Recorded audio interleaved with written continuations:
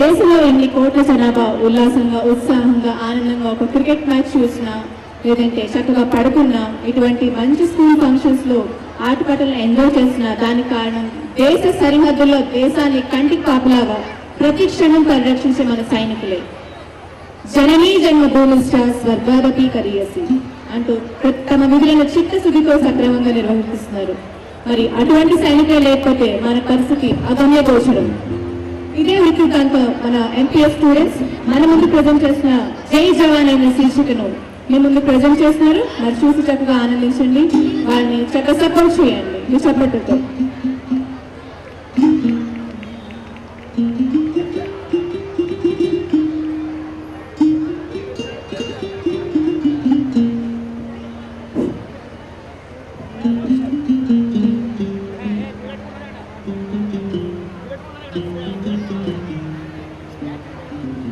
Hi, good morning friends.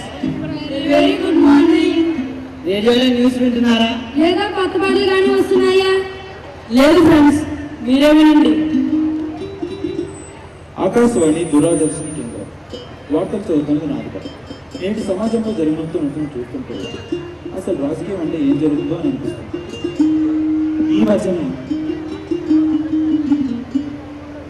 ఈ మధ్యనే ఒక యువకుని ఆత్మహత్య అన్ని రాజకీయ పార్టీల వారు సొమ్ము చేసుకున్నారు. ఏ ఒక్కరూ ఆ సమస్యను పరిష్కరించలేదు కదా, కనీసం ఆలోచించడానికి కూడా ప్రయత్నించలేదు. వీరేమో చనిపోయిన కుర్రాడికి జరిగిన అన్యాయం గురించి కానీ జరగవలసిన న్యాయం గురించి కానీ కాదు, కేవలం ప్రభుత్వాన్ని దెబ్బతీయడం మాత్రం. ఆ పని పూర్తి కాగానే అందరూ మాయమైపోతారు.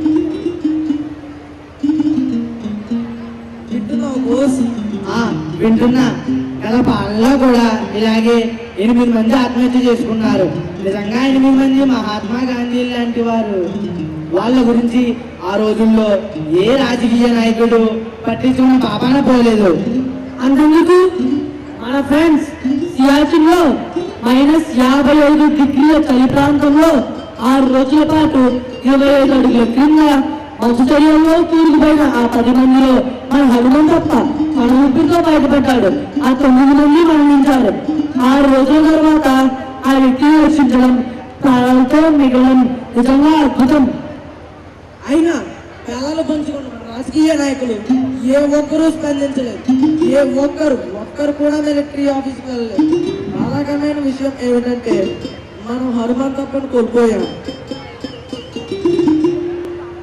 మొన్న చెన్నైలో వర్షాలు తాకిడికి జరిగిన ఉపద్రవంలో మన సైనికులు తలవంచి చేసిన ఉపకారం గురించి ఎవ్వరూ మాట్లాడుకోవడం లేదు. అందులో ఒక్క సైనికుడి పేరైనా మీకు తెలుసా? చెప్పండి, మీకు తెలుసా? పైగా ఒక దాత ఉచితంగా ఇచ్చిన ఆహార పొట్లాల మీద ముఖ్యమంత్రి అమ్మ బొమ్మను చేర్చి దానిని రాజకీయ పార్టీ సొమ్ము చేసుకుంది. అంతెందుకు తెలంగాణ శాసనసభ్యులు వారి వేతనాలను 200% పెంచమని అడగడం కాదు, డిమాండ్ చేస్తున్నారు. బాగానే ఉంది. అక్కడ సైన్యంలో పనిచేసే సాధారణ సైనికుల జీతం కేవలం 6,000 మాత్రమే. ప్రాణపరంగా పెట్టి దేశరక్షణ కొరకై పోరాడుతున్న సైనికుల గురించి పేరాలు పట్టిన ఏ భక్త రాజకీయ నాయకుడు ఆలోచించడం లేదు. సరే, ఈ అవినీతి రాజకీయాల గురించి మనకి ఎందుకు? మన దేశ రక్షణ మన చేయం. మేరా భారత్ మహాన్,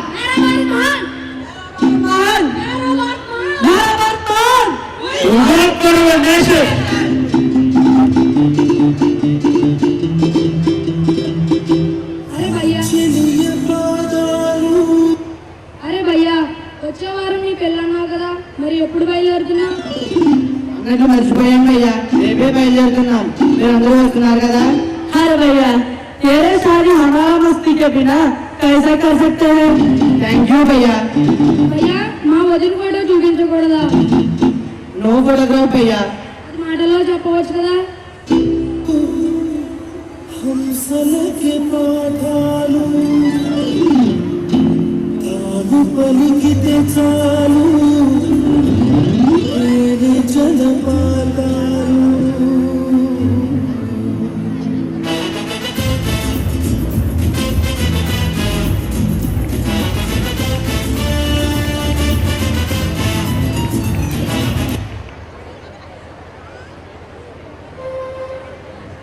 ఓ అద్వైతాయ నమః.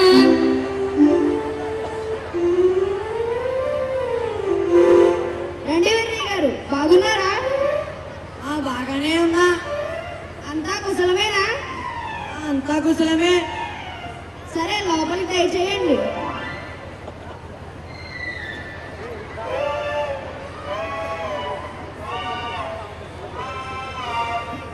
ఏంటని ఏం చూస్తున్నా? అబ్బే ఏమీ లేదురా, నేను చూస్తుండగానే నా కళ్ళ ముందు కారు రయ్యమని వెళ్ళిపోయింది. ఓసి కారేనా? నా మీద నుంచి అయితే ఏ మామూలు వెళ్ళిపోయింది. సరే రారా, కూర్చుని పెళ్లి చూద్దాం.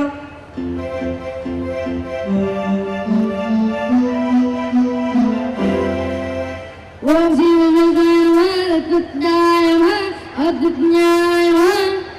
ఏమిటి నాయన, బాంబులు విసిరి విసిరి అక్షితులు కూడా బాంబులా కనిపిస్తున్నాయి ఏమిటి? ఏంటి పంతులు గారు, మీరు కూడా బాంబులు వేస్తున్నట్టున్నారు? ఏమీ లేదు నాయన, మీ అయ్యగారు పెళ్లి కదా అని కొంచెం పప్పు ఎక్కువ తట్టించానంతే. పెళ్లికి మాత్రం తీసుకురండి అమ్మా.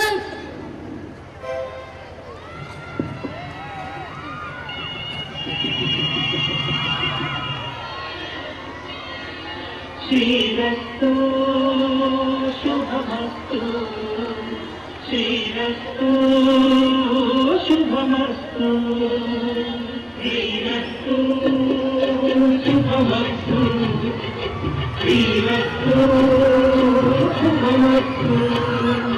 శ్రీకారం చుట్టుకుంది వెళ్ళి పుస్తకం, ఇతాకారం దాచుతుంది కొత్త జీవితం. శ్రీకారం చుట్టుకుంది వెళ్ళి పుస్తకం, ఇతాకారం దాచుతుంది కొత్త జీవితం. శ్రీరస్తు శుభమస్తు, శ్రీరస్తు శుభమస్తు.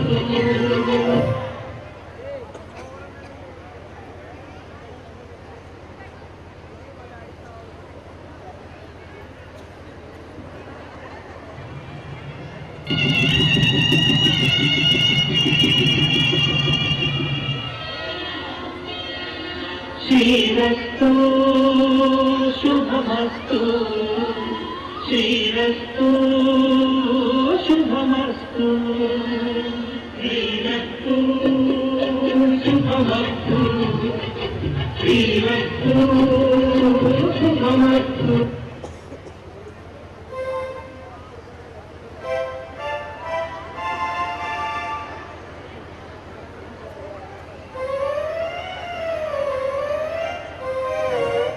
ఆగరా సుంట, ఎందుకు రా వాళ్ళ చుట్టూ అలా తిరుగుతున్నా? ఏం లేదు పంతులు గారు, సార్ వాడికి ఫోన్ చేస్తుంటే ఎదిరిపెట్టింది అంటుందండి. సరిగ్గా చెప్పరా కదా? అదే పంతులు గారు, ఫోన్ చేస్తుంటే అయితే తిరిగి అంటుందండి. అందుకే నేను ఇలా గిరగిరా గిరగిరా తిరుగుతూ ప్రయత్నిస్తున్నానండి. నా సాధ్యం, నీ పెండా కూడా ఏమీ కాదు, పక్కకి పోరా కదా. అదిగో నాయన అనురాధ. అనురాధ నా మొహం మండ, అనురాధ కాదు నాయన, అరుంధతి నక్షత్రం. అదిగో అది అరుంధతి నక్షత్రం కాదండి పంతులు గారు, మా క్లాస్ లో ట్యూబ్ లైట్. నా మొహం మండ, అది కాదమ్మా, నీ వేలు పెట్టి చూపించు నాయన. దండం పెట్టుకోండమ్మా. ఏమండి మేజర్ గోపాలరావు గారు? చెప్పండి పంతులు గారు. ఇది అబ్బాయి వెలుగుదము ముగిసింది, నా సంభావన. తప్పకుండా పంతులు గారు రండి. అదే చేతురాలు కూడా పంపించండి. తప్పకుండా పంతులు గారు.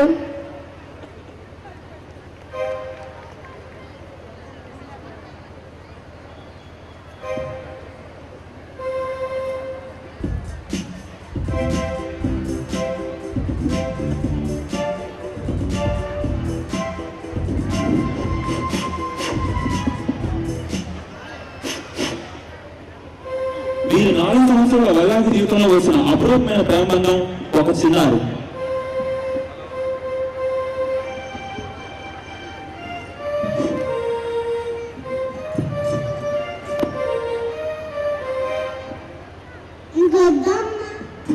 తిన్నా నాకు ఒక మధ్య నాన్న గాలి కావాలి.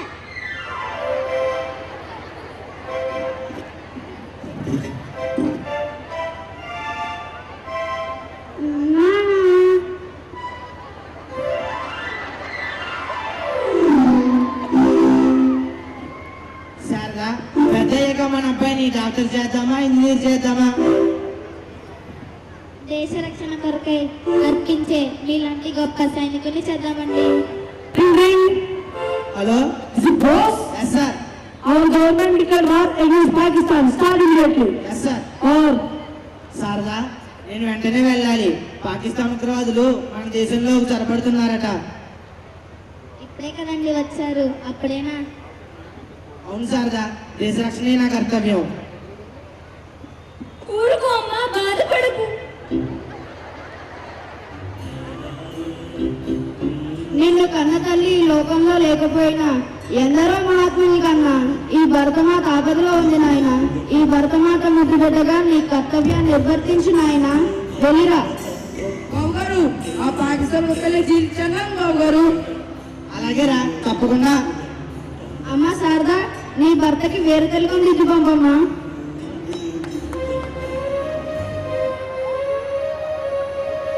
క్షేమంగా వెళ్ళి విజయంతో రండి.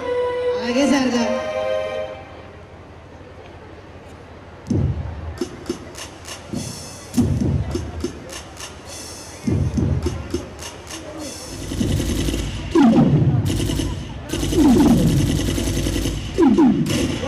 వెళ్ళకు. ఆపుకు. నా ప్రాణం కంటే దేశ రక్షణే నాకు ముఖ్యం.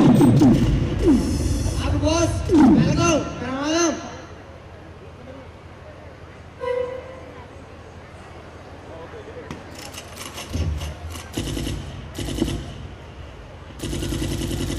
బాస్!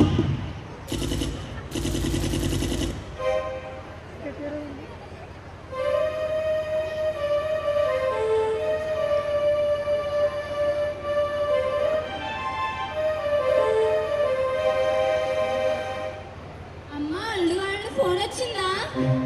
ఇంకా రాలేదమ్మా.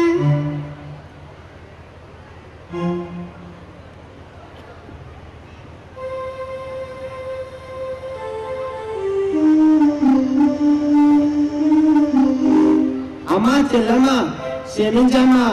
మన బోస్ని కాపాడుకోలేకపోయాం. మన బోస్ కానీ ప్రాణత్యాగం చేయకపోతే ఈ రోజున మేము లేము, మన భారతదేశము లేదు. అయ్యో, ఏమండి, నేను చెప్తూనే ఉన్నాను, కానీ మీరే నా దేశం అంటూ మనకున్న ఒక్కగానొక్క కూతురుని ఒక సిపాయికి ఇచ్చి కట్టబెట్టారు. చూడండి ఇప్పుడు ఏమైందో.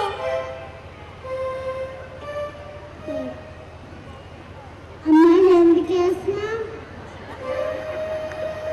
డాడీ అక్కడ చెప్పండి చెప్పండి, ఆ పసివాడికి ఏమైనా సమాధానం చెప్తారో. దయచేసి ఎవరు బాధపడకండి. దేశ సరిహద్దుల్లో కాపు కాస్తూ మా భర్త లాంటి ఎందరో వేరే సైనికుల ప్రాణత్యాగం వలనే మనలాంటి ఎన్నో కుటుంబాలు దేశం లోపల నిర్భయంగా ఉండగలుగుతున్నాయి. అమ్మ, నాన్న, మామయ్య గారు అందరూ వినండి. నా కుమారుణ్ణి కూడా మా భర్తకిచ్చిన మాట ప్రకారం భారతదేశం గర్వించదగ్గ గొప్ప సైనికునిగా తీర్చిదిద్దుతాను.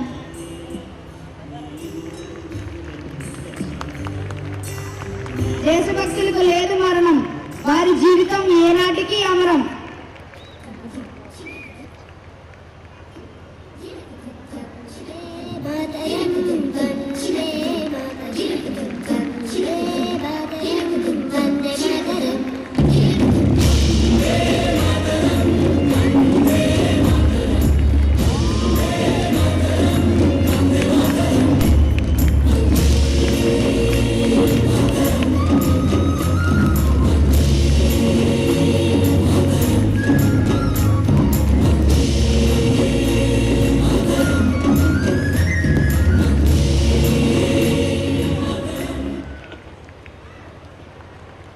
నేటి యువత అంతా కూడా ఇంజనీరింగ్, మెడిసిన్, సిఏ అంటూ ధనార్జనే ప్రధాన ధ్యేయంగా ముందుకు సాగడం వల్ల దేశంలో నాయకత్వ లక్షణాలతో ఉన్న యువత కనుమరుగైపోతున్నారు.